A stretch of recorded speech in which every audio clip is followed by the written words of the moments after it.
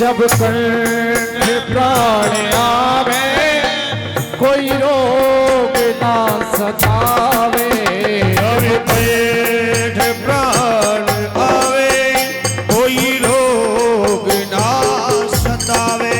ओ जब कंठ प्राण आवे कोई रोग ना सतावे। जब कंठ प्राण आवे कोई रोग ना सतावे। ओ जब दर्श ना दिखावे। हाँ जब दर्श ना दिखावे। जब प्राण दर्शन के लिए हो इतना दुख न स्वामी। जब प्राण दर्शन के लिए हो इतना दुख न स्वामी। जब प्राण दर्शन के लिए जब प्राण दर्शन के लिए जब प्राण दर्शन के लिए। बोलिए वृंदावन माँ के बिहारी लाल की जय। जय जय श्री राधे श्याम। तो इस प्रकार से प्यार से होता हो। आज हमारे पांडव लोग रोधन करने लग गए। भगवान श्री कृष्ण उन्हें समझाने लगे कि देखिए महापुरुष के लिए कभी रोना नहीं चाहिए। प्यार से होता हो। भगवान कहते हैं कि देखिए यदि मरे हुए के लिए रोते हैं तो जिसने हम अपनी आंखों से अश्रु नीचे डालेंगे, पृथ्वी पर डालेंगे, उतनी उसकी आत्मा को कष्ट पहुंचता है और उसके पुण्य छीन होते हैं। तो इसलिए मरने वाले को कभी रोना नहीं चाहिए। मरने वाले के लिए तो भगवान का पाठ सुनाए, गीता का पाठ सुनाए, कीर्तन सुनाए, रामायण का पाठ सुनाए, गीता का पाठ सुनाए, जिससे उसकी आत्मा को शांति मिले, कल्याण हो उसका। तो इसी प्रकार से पांडव को समझाया और उनके संस्कार पूरे किए। अब पांडव लोग तो राजा बन गए। एक दिन भगवान श्री कृष्ण उदास बैठे हुए थे।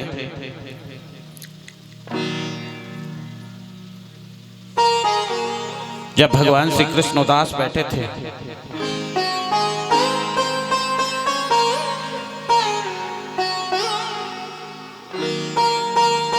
तो युधिष्ठिर जी ने पूछा कि महाराज आप उदासी का कारण।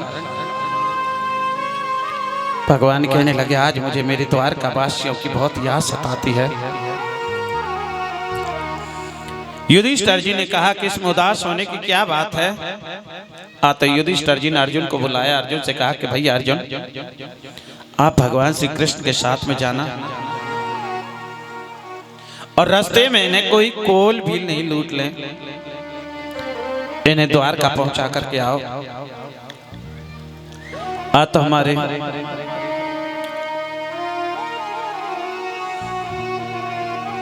अर्जुन द्वारकाधीश भगवान के साथ में चल गए।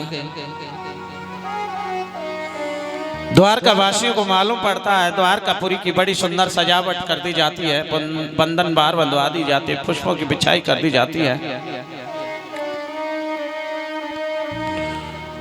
और जैसे हमारे द्वारकाधीश भगवान द्वारकापुरी में प्रवेश किए, हमारे भगवान अपने महल में जैसे प्रवेश किया तो एकदम सबसे पहले अपने माता पिता के चरणों में सिर रखा और सिर रखने के बाद उनके लिए प्रणाम किया। देखिए साक्षात परमात्मा भी अपने माता पिता के लिए प्रणाम करते हैं और प्रणाम अवश्य करनी चाहिए। प्यार सोता अपने बड़ों के लिए प्रणाम अवश्य करनी चाहिए। प्रणाम करने से क्या होता है, हमारी 4 चीजें बढ़ती हैं।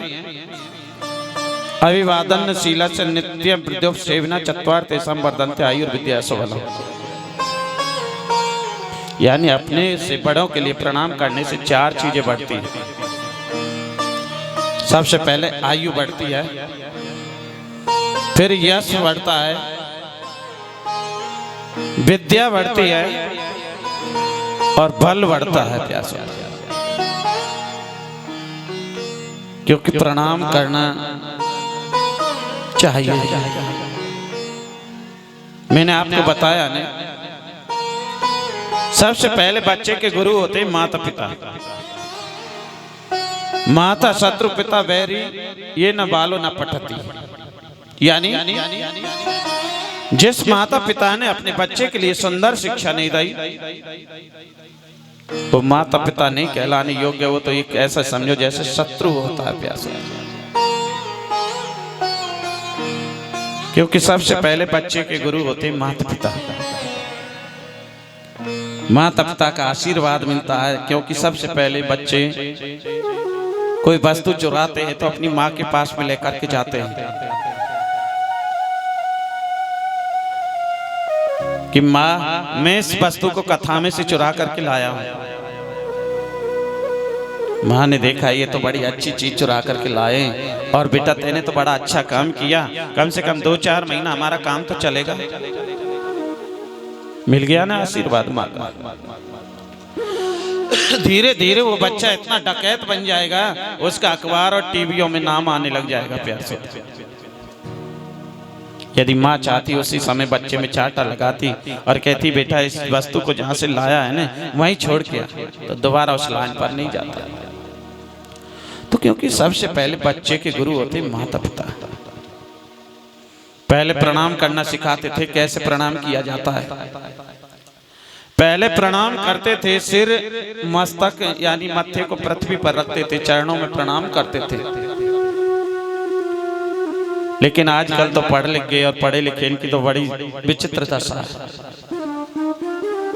पहले मत्थे को पृथ्वी पर चरणों पर रखते थे और फिर प्रणाम करते थे और समय का प्रभाव ऐसा आ गया फिर चरण छूने लग गए, बहुत से पेट घोटने छूने लग गए, पेट छूने लग गए और आजकल तो दूर से ही कर देते टाटा बाय बाय।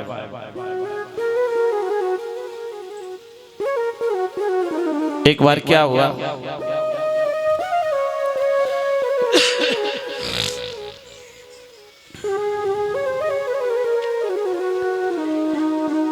एक बार हमारी कथा चल रही थी दिल्ली में, प्यार से होता हो। और कथा करने के बाद हम शाम को घूमने के लिए जाते थे। एक पार्क में घूम रहे थे, एक जानकार व्यक्ति गाड़ी लेकर के आया, पार्क के ऐसे यहाँ पास में निकल के गया, बाहर से निकाला हाथ ऐसे करके चले गए।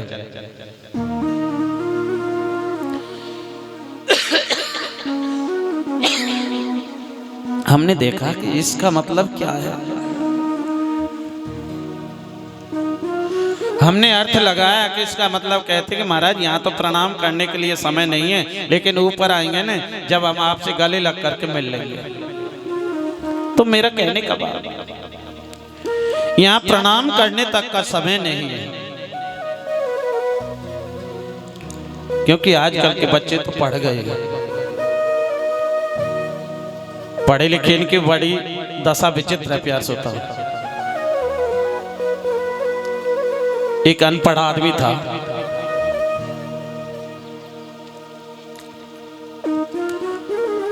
अब अनपढ़ आदमी ने 4 चीज सीख ली, अंग्रेजी के 4 शब्द सीख लिए। वह ने सीखा यस, नो, वेरी गुड और थैंक यू। अब तो अनपढ़ था बेचारा, अब अनपढ़ आदमी के सामने बोले yes, no, very good, thank you. अब अनपढ़ क्या जाने, अनपढ़ तो ये जाने ये तो बहुत पढ़ा लिखा है बेचारा, अच्छा है, पढ़ा लिखा है, अंग्रेजी जानता है। और जो पढ़े लिखे हैं वो उन शब्दों को सुनते हैं, अरे ये तो गमार है, इसने तो 4 शब्द रट रखे। एक दिन क्या हुआ, अब वो पढ़ा लिखा था, अनपढ़ था और ट्रेन में बैठ गया। अब रेल में बैठ के जा रहा था और रेल में सवारी इनका सूटकेस होता है ना, वो सूटकेस खो गया।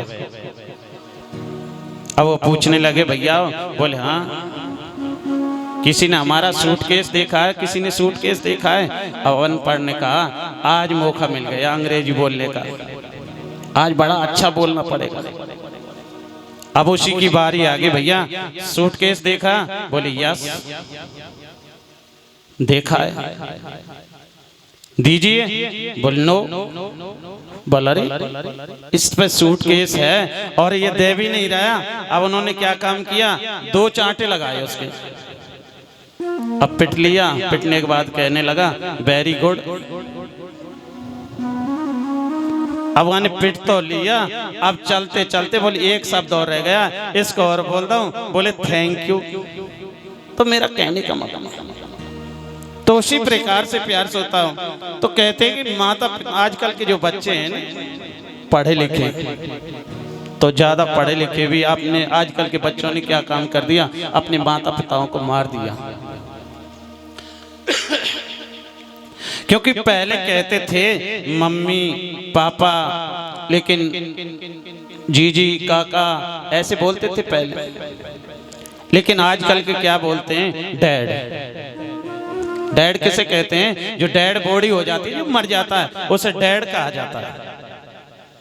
तो उसी प्रकार से प्यार से होता हो। तो मेरा कहने का भाव, पहले माता पिता सिखाते थे कि बेटा किस प्रकार से प्रणाम करना चाहिए, और उसी प्रकार से पहले प्रणाम करते थे।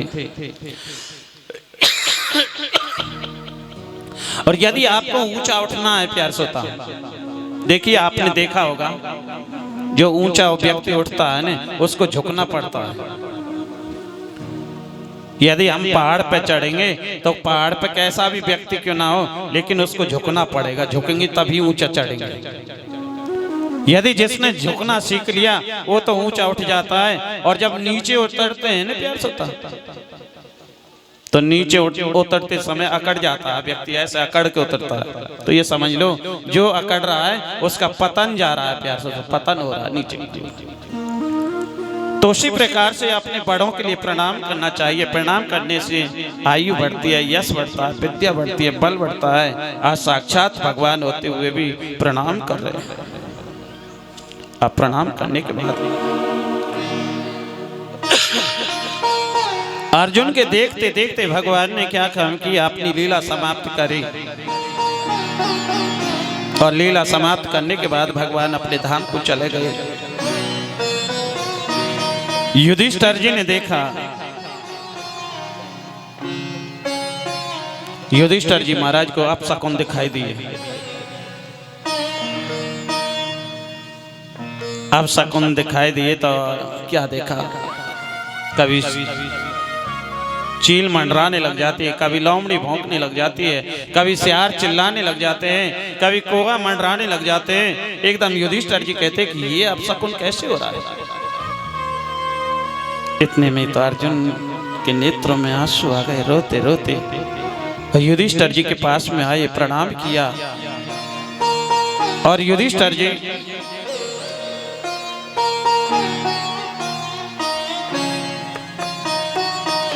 तो इधर प्यार से बताओ,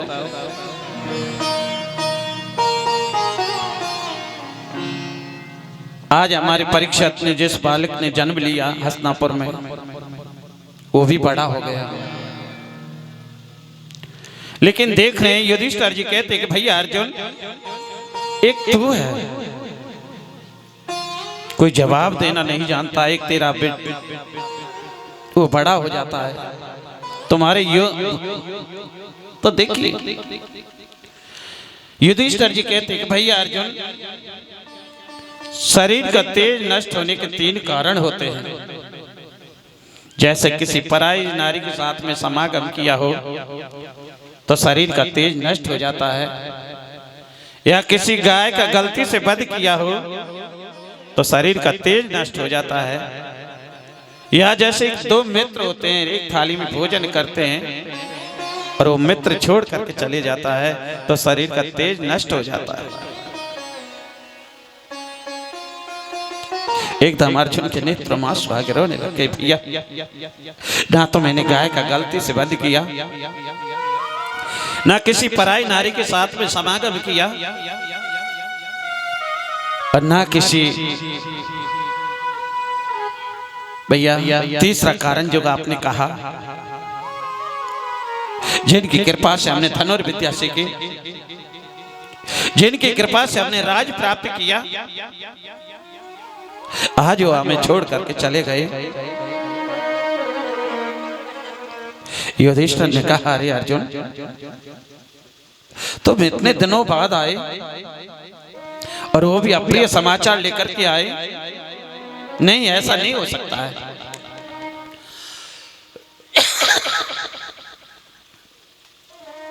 ऐसा नहीं हो सकता है।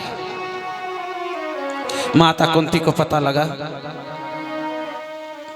जैसे दशरथ जी महाराज अपने बेटा राम के प्रेम में कृष्ण राम राम राम कहकर के प्राण त्यागे थे, उसी प्रकार से माता कुंती भी कृष्ण कृष्ण कृष्ण कहकर के और अपने प्राणों को त्याग दिया।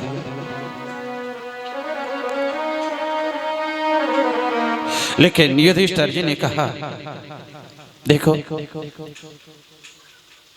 अब हम यहाँ नहीं रह सकते हैं, हमको भी भगवान का भजन करना है। अब तो अपने पुत्र यानी परीक्षित को बुलाया और परीक्षित को राजगद्दी पर बैठाया। परीक्षित पूछने लगा, बाबाओं के चेहरे की तरफ देखने लगा, पूछने लगा, बाबाओ आप मुझे यहाँ छोड़ करके कहाँ जाते हो? पांडव कहते हैं कि परीक्षित हमको भगवान का भजन करना है, तपस्या करना है और आपको ये राज्य संभालना है। परीक्षित कहते कि बाबाओ मैं तो जानता नहीं कैसे राज संभाला जाता है, क्या किया जाता है। लेकिन पांडव कहते हैं कि परीक्षित हम तुम्हें 3 बातें बताते हैं, हमेशा ये 3 बातें याद रखना। आंखों के सामने पाप होते हुए कभी मत देखना। यदि आंखों के सामने पाप होते हुए देखते हैं तो वो महापाप लग जाता है। और दूसरी बात है, कैसा भी शत्रु क्यों ना हो, यदि वो शत्रु अपनी शरण में आ जाता, अपने घर पर आ जाता है, बैठक पर आ जाता है, तो शत्रु को क्षमा कर देना चाहिए, उस पर कभी प्रहार नहीं करना चाहिए, वार नहीं करनी चाहिए।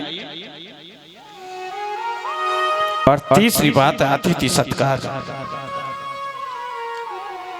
अतिथि सत्कार किसे कहते प्यार से? अतिथि यानी मैंने आपको फोन कर दिया और मैं आपके घर पे आ गया तो मैं आपका अतिथि नहीं हूं। अतिथि का मतलब होता है अतिथि यानी जिसकी कोई तिथि नहीं होती है, ना जाने कौन है कब आ जाए हमारे घर पर, उसे अतिथि बोला जाता है। उसका सत्कार करना चाहिए। तो आज इन 3 बातों को बता करके और पांडव लोग चल देते हैं भगवान का भजन करने के लिए और कहते हैं कि बांके बिहारी रे दूर करो दुख मेरा। बांके बिहारी रे दूर करो दुख मेरा। बांके बिहारी रे दूर करो दुख मेरा। देखिए ऐसे नहीं, यदि दुख दूर करने हैं तो दूध में चावल डालने से खीर बनती है। क्या? दूध में चावल डालने से खीर बनती है और जो भगवान की कथा में ताली बजाता है उसकी तकदीर बदलती है। अब अपनी अपनी तकदीरों को, भाग्य को कौन बदलना चाहता है वो ऊपर को हाथ करेंगे।